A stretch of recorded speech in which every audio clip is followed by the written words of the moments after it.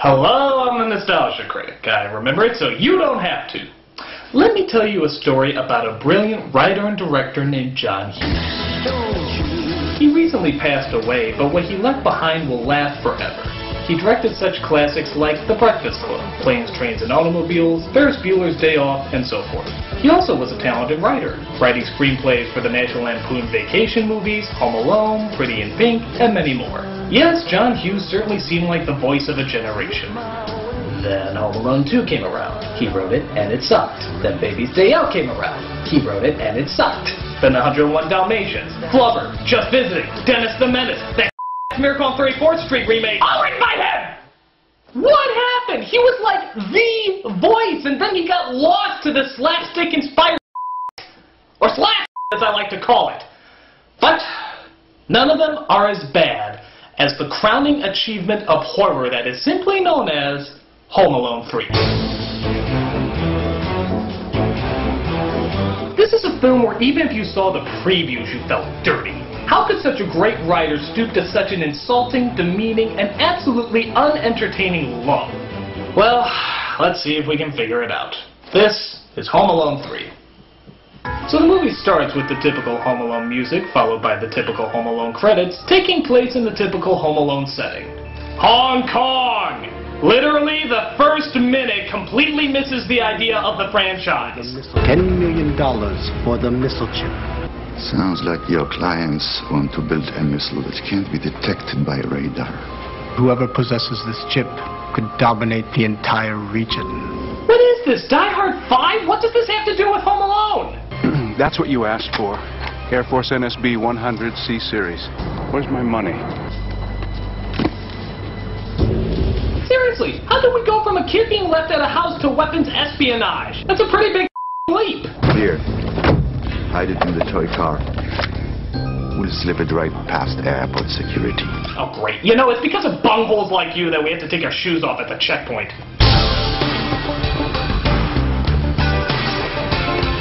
But unfortunately, the bag gets switched with some lady, and the spies panic in order to find it. She's leaving. So they get the number of the cab through their glove cam as they pin down the area where the woman was dropped off. And seeing how it's a John Hughes movie, my guess is it's in a Chicago suburb where everybody is rich, quirky, and white. Oh, what a shock! All done, Mrs. S. You were supposed to deal with the snow promptly, weren't you?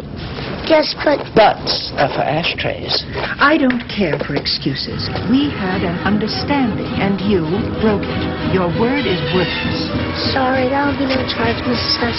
So you can tell the neighborhood I stiffed you on a snow removal job. Sheesh, this woman's as compassionate as a punch to my back. Consider this your payment. I have no use for the silly thing. Thank you.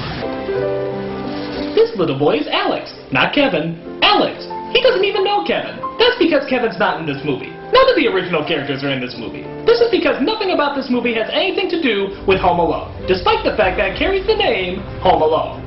So, why does it carry the name Home Alone? Because it's a horrible movie! So it turns out Alex has the chicken pox, which means he has to stay home from school. Hey look, Scarlett Johansson's his sister.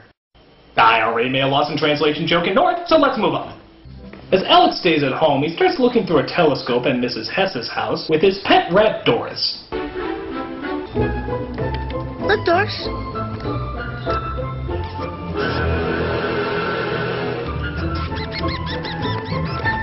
You know, I'm actually trying to envision the great John Hughes writing scenes like that. And then the mouse looks through the telescope and sees a cat. It's just a cat on the TV screen, but nevertheless, he gets scared. John Hughes, you've done it again. Where's my whiskey? So the spies rent a house on the street, as they know the old woman lives on the road, but they don't know which house. And wouldn't you know it, both parents have to leave the house, as the father always goes on business trips, and the mother has to make a last-minute presentation at her job. I'll be gone an hour at the very most. I called Mrs. Hess and told her you'll be alone. She said if anything comes up, she'll be right over. Well, wait a minute. Why doesn't she just have Mrs. Hess watch him? Your kid is sick and all alone. Who cares if she's He's still a babysitter, you whore! Alright, well, despite that obvious leap in stupidity, Alex continues to look through his telescope.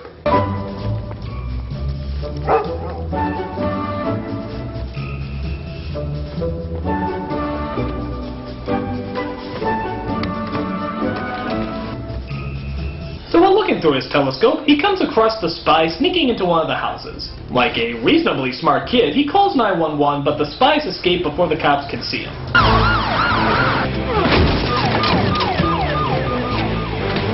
Freeze! Nah, that's too dark, That's the old John Hughes. This is the new quirky, lighthearted John Hughes. Let's see. Oh, I know! The dog actually freezes in place. Delightful. Where's my Epson? So both the mother and the cops think Alex made up what he saw and don't look into it any further. But wouldn't you know it, the spies break into another house the next day. Well, that's okay though, because we know that the parents stayed home this time. Oh, you gotta be kidding me. They left again? What kind of parents are these? Do they leave their medicine in the toy chest as well? Abort. So, once again, he calls the cops, the spies get away, and nobody believes it. I saw a burglar yesterday, and I saw a burglar today. There was no one in that house. But there was some thing on the wing. So he figures it's time to take matters into his own hands. First the Steffens, then Mrs. Hess. I agree, Doris. The next stop is the Alcott's house. What kind of a burglar goes into a house and doesn't take anything? Do you know what I think? I think they're looking for something special. And they're looking in everybody's house because they don't know who has it. Yes, it appears we need more than elementary in this matter. Doris, fetch me my violin!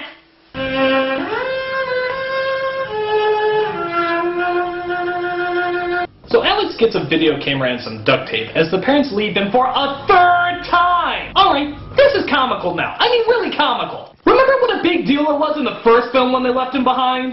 How could we do this? We forgot him. Just horrible.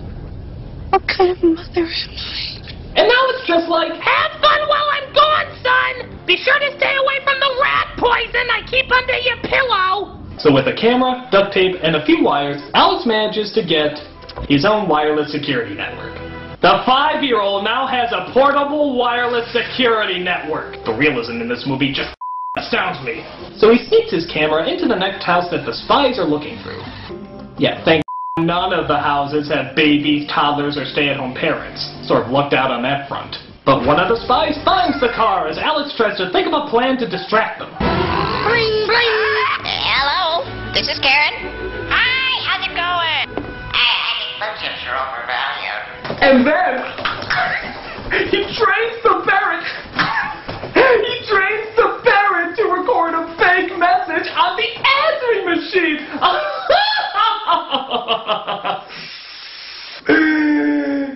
But that plan seems to backfire as the spies get the car and examine the video recorder on top. It's a video camera. Someone's on to us. Wait, now just hear me out. What if it's a 5-year-old boy who wired a security system in his own house? Oh, come on. That's something John Hughes would come up with if he was on Quaaludes. Did I really just write that? Where's the Quaaludes? So even though they get the tape, Alex drives the car away with the chip inside. They partake in a little chase. We have ourselves a little slapstick. Yuck. As Alex discovers the chip inside the car. Again, to his credit, he reports it to a member of the military, and even though they don't believe him, he gives them the number on the chip. But the bad guys find out where Alex lives as, now prepare yourself, the parents leave again! I don't even care anymore. If you want your kid to be milk carton of the week, that's your problem. Hello? This time, however, they do ask Mrs. Hess to watch him, but only after they left, which is still pretty stupid, especially considering how the bad guys find her and tape her to a chair. Parents of the year or morons? Morons. So of course it's up to our friggin' boy genius to save the day. First he tries to trick the woman by controlling the dog with a dog whistle.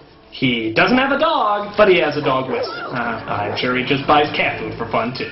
I repeat, there is no movement inside. Permission to enter.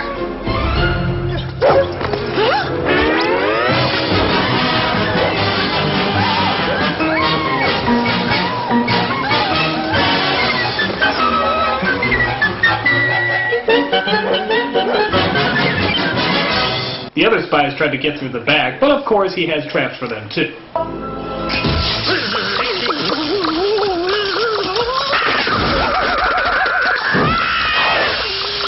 We're gonna eat like you gonna trust me? Actually, that's the second John Hughes farting joke I've seen in a week. The other one being in Flubber. Why is he all about the strange things coming out of people's butts? I just think we're having an off day.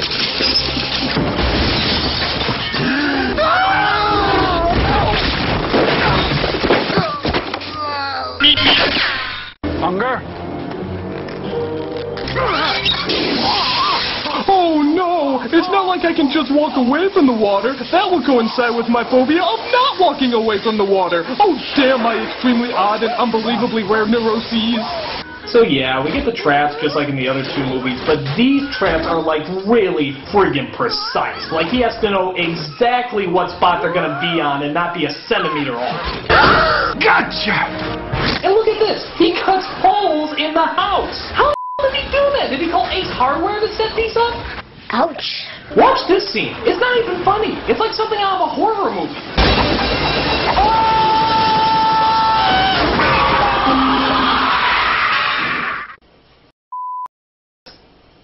And of course, we have pratfall after pratfall after pratfall. Just turn the crank and snap the plank and move the marble right down the chute. Now watch it roll and hit the bowl. Knock the ball in the rubber up top, which hits the man into the fan. The trap is set. Here comes the net. Ouch! My trap, I guarantee it's the craziest trap you'll ever see. Believe it or not, the mother actually calls in the middle of all this, and Alex says that everything is fine. Honey, you're all out of breath. Is something wrong? No, everything's fine. Oh yeah, just fighting for terrorists and fleeing for my life. But don't worry, you have deadlines to meet. But it turns out the number on the chip got to higher authorities as they pull Alex's mother and his siblings aside for questioning. It's Alex. This is my other son. Why, what's happened?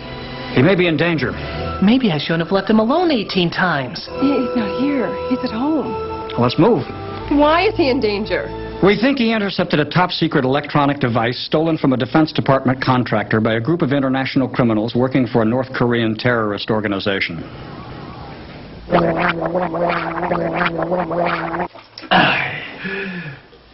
Period. Meanwhile, the mayhem continues at home. I got it! Say, you ever notice that these secret agents suck? Recognize this? How did he get outside? The same way you're gonna get outside. Oh. In the near, they turned to Christopher Walken there. Oh, I don't know. So without giving too much away, oh, who the cares? They scream and get hurt. Surprise! So he frees Mrs. Hess as the cops finally arrive and take the spies away. Oh, Alex. I'm so sorry. Oh, for what? Every possible thing a parent can do wrong? 7 years have been after this guy. He always manages to slip away. And now a 5-year-old catches him. This is the worst day of my life. Thanks. Wait a minute, there's still one more spy on the loose. But it's okay, a parent operating a toy car, lighting a match, and setting off a series of explosions has it totally under control. Dr. Doolittle couldn't get an animal to do all that. So after all is said and done, what does the film finally end on? The father giving his son a race car as a gift. Oh, the irony! Oh, the irony. Gentlemen, start your engines. And overboard. There! I did it! I finally did it! I wrote the worst Home Alone script ever! I know I'm contractually obligated to write at least one more movie, but the script is so bad that no studio would ever buy it! What am I gonna do? Hire the director of Beverly Hills Chihuahua to direct it? No studio's that stupid! John Hughes, you're a genius! We'll take it. My career